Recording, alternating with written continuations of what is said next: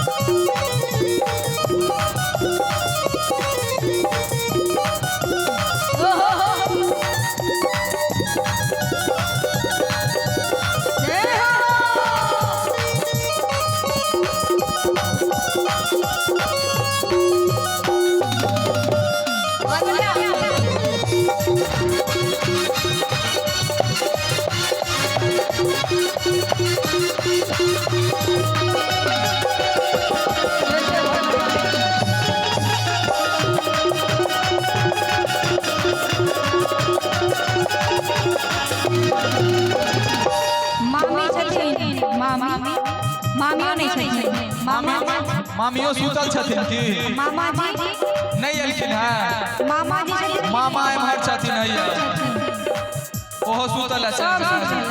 मैं कोनो बात फिल्मी हीरोइन छै बउआ के मामी।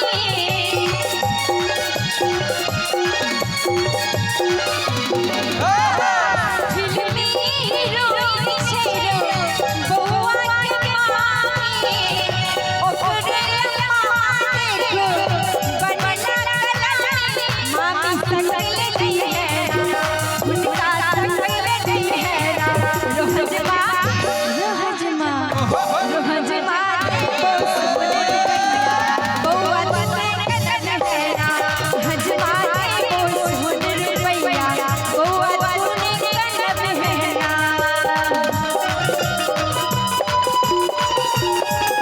जय हो जय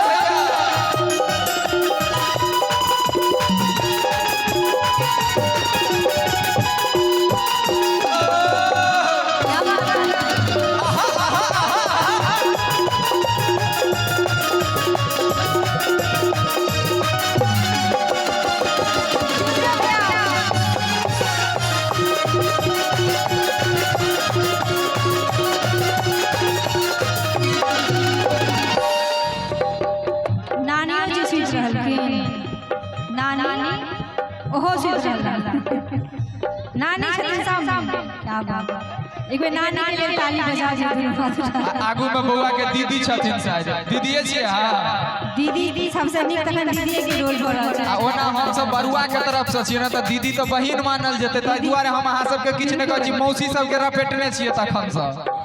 नानी ले कहबैन की कहियो